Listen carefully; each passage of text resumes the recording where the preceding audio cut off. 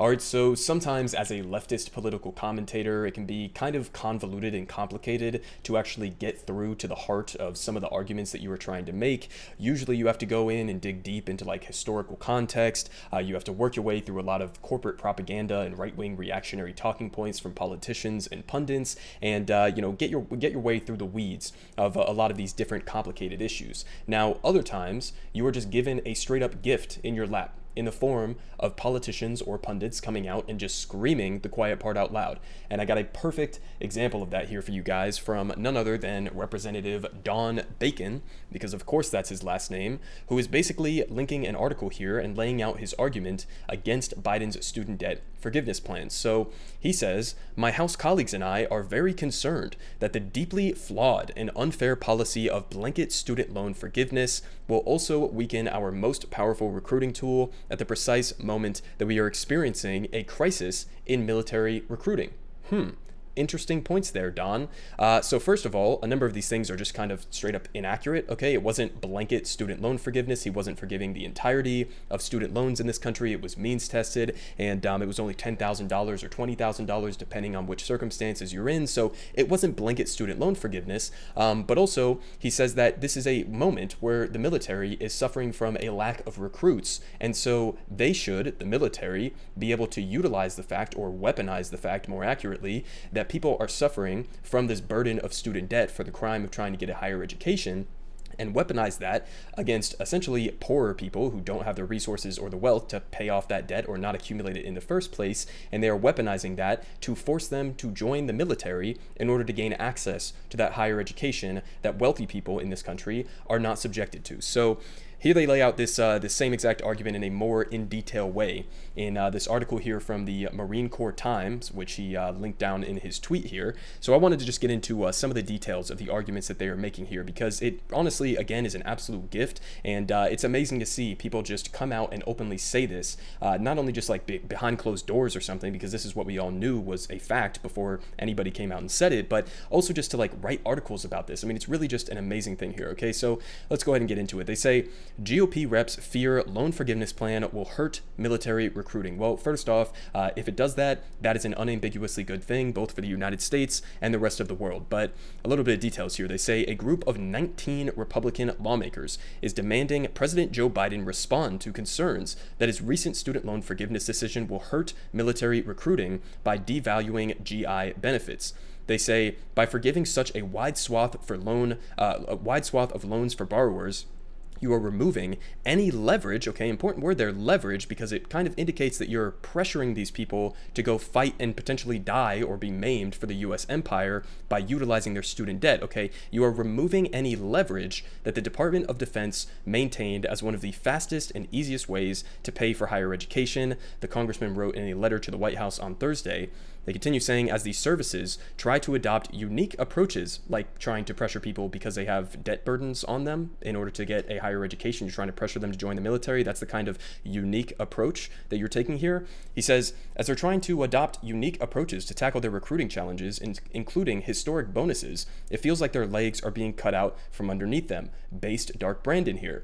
They say last month, Biden announced plans to forgive up to $20,000 in federal student loan debt for millions of borrowers to provide more breathing room for America's working families. It's absolutely, great to see that he's helping millions of people here. If anything, again, I think there was a leftist critique that he didn't go far enough with the student debt plan forgiveness. He could have just wiped the debt slate clean. He has the authority to do that under the 1965 Higher Education Act. He chose to do it in a means-tested way, but still, beyond that, my criticisms aside, there are very good parts of this. Again, you are helping millions and millions of people. For some portion of those who have student debt, you are essentially wiping the debt slate clean. And also, you have added benefits that they don't mention in this piece, like him capping the amount of monthly payments that people are going to have to make, and it's tied to how much their income is. So there are definitely some good parts about this student loan forgiveness plan that Biden did that honestly I didn't even expect him to do. But they say that the loan forgiveness plan applies to individuals earning less than $125,000 a year or families earning less than $250,000 a year. And they say that the move was generally hailed by Democratic leaders and panned by Republicans who labeled the decision an unfair handout of taxpayer money. Republicans coming out and blasting an unfair handout of taxpayer money. Okay, so number one, this was not paid for in the sense that Republicans like to use that term by American taxpayers. This was debt that was owned by the federal government, and they're basically just saying you no longer have to pay that back to the federal government. So you can make an argument there that, okay, you're losing out on a lot of that money that could be going to the government, but this wasn't like taxpayer funds that were taken from the wallets of average working class people and given to some elitist, Harvard educated grad students or something like that. That is a complete misrepresentation of this entire situation. But again, unfair handout of taxpayer money. You know what sounds like an unfair handout of actual taxpayer money? Would be the Pentagon budget, would be the trillions and trillions of dollars and the countless lives that we have lost because of these unjust and illegal wars that we've been waging over the last number of decades, okay? The Pentagon can't even pass a fucking audit to tell us where the money that we are giving them, nearly $1 trillion a year, is going. Okay, they can't pass an audit. We're giving them nearly $1 trillion a year. We're spending this money on pointless overseas ventures that we have no business whatsoever doing.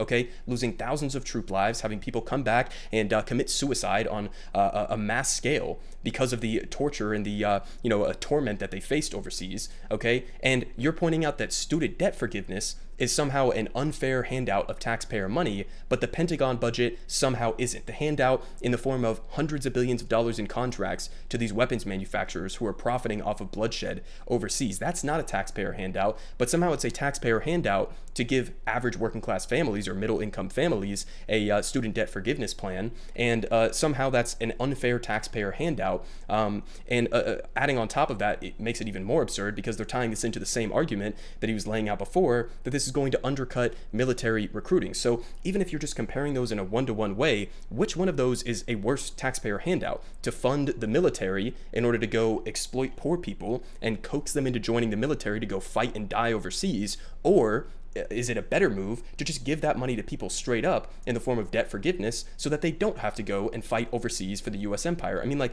these are not even remotely comparable things.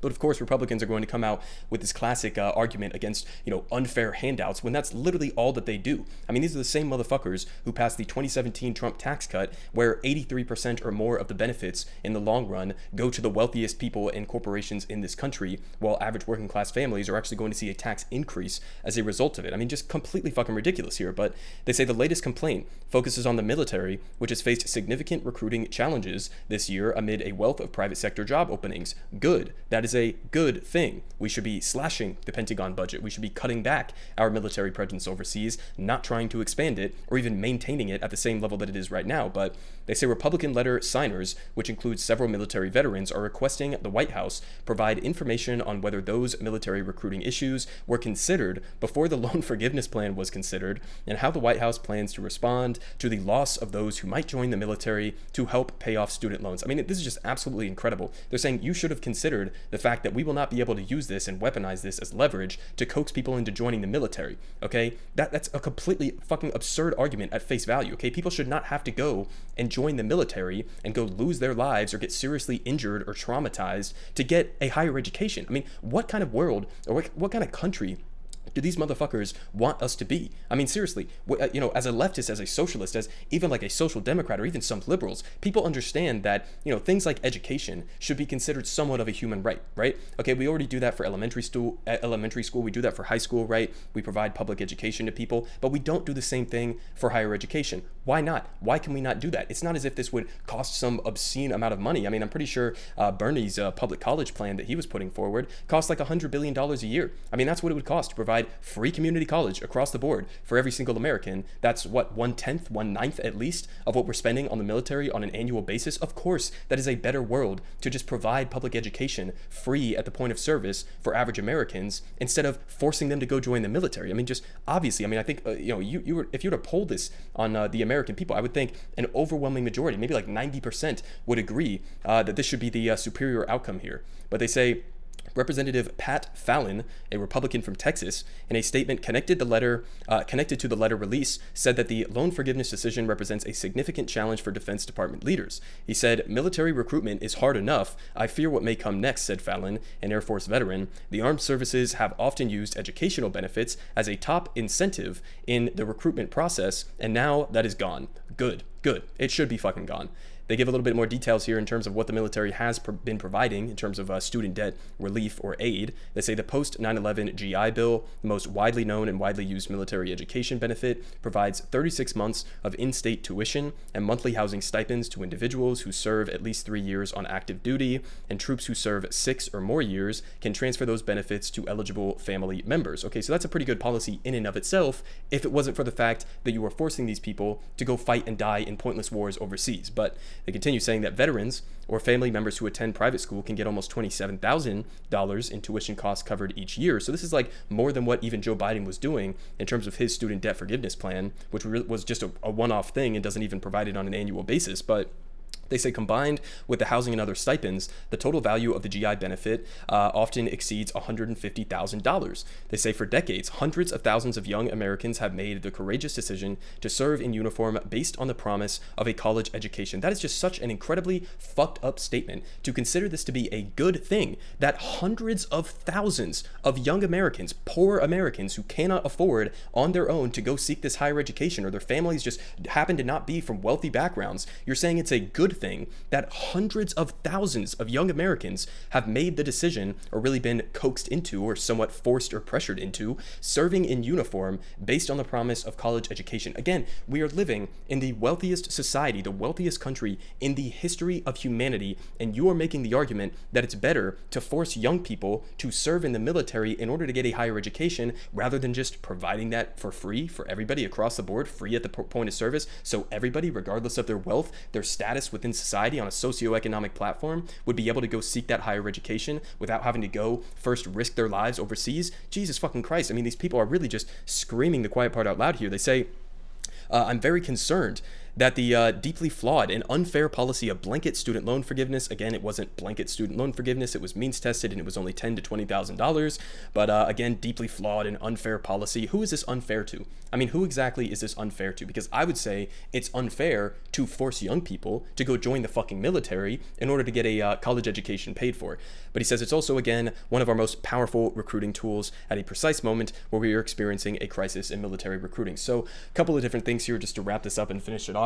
Number one, appreciate you guys coming out and saying the quiet part out loud. Makes it a lot easier for us as independent leftist or political commentators to come out here and just describe how completely fucked up and dysfunctional and corrupt and disgusting this system actually is. Number two, I mean, obviously we still need to slash the Pentagon budget. We still need to reduce our overseas bases, our presence overseas, stop meddling in the affairs of other sovereign countries. That would be number two. And number three, I think it's a great thing that the military is currently suffering from recruiting discrepancies, but based on what they would rather want to see. But I think that's an unambiguously good thing. I don't even see that as a bad thing. And I think that it's based that, Joe Biden is, hopefully at least as of right now, I haven't seen him respond to this, but he shouldn't be giving these motherfuckers a single second of his time, because this is just a completely absurd argument to be making here. Essentially, again, just saying, instead of just providing something that is considered a basic public service in essentially every other major developed country around the world, they all provide universal education to their populations. Whether you want to talk about all of these other European countries, every other major economic power in this world is providing this as a basic default, something that they consider a human right essentially in their countries. And here you have the United States, which is the wealthiest country in the history of the world, which is the largest and most powerful empire in the history of the world. And instead of just providing that as a basic public service guaranteed to everybody across the board, regardless of wealth, regardless of status, regardless of power, they would rather us live in a country where poor Americans who can't afford that higher education, or whose parents can't afford to provide that public or that higher education to them, that they just have to go and join the military, serve the U.S. empire, and potentially risk losing a limb, being horrifically maimed, being killed in action, or at the very bare minimum being traumatized in order to go and get a higher education. It is a completely absurd argument that they are making here at face value. Everyone is saying good politic guy has the best politic. Believe me, no one does it like him.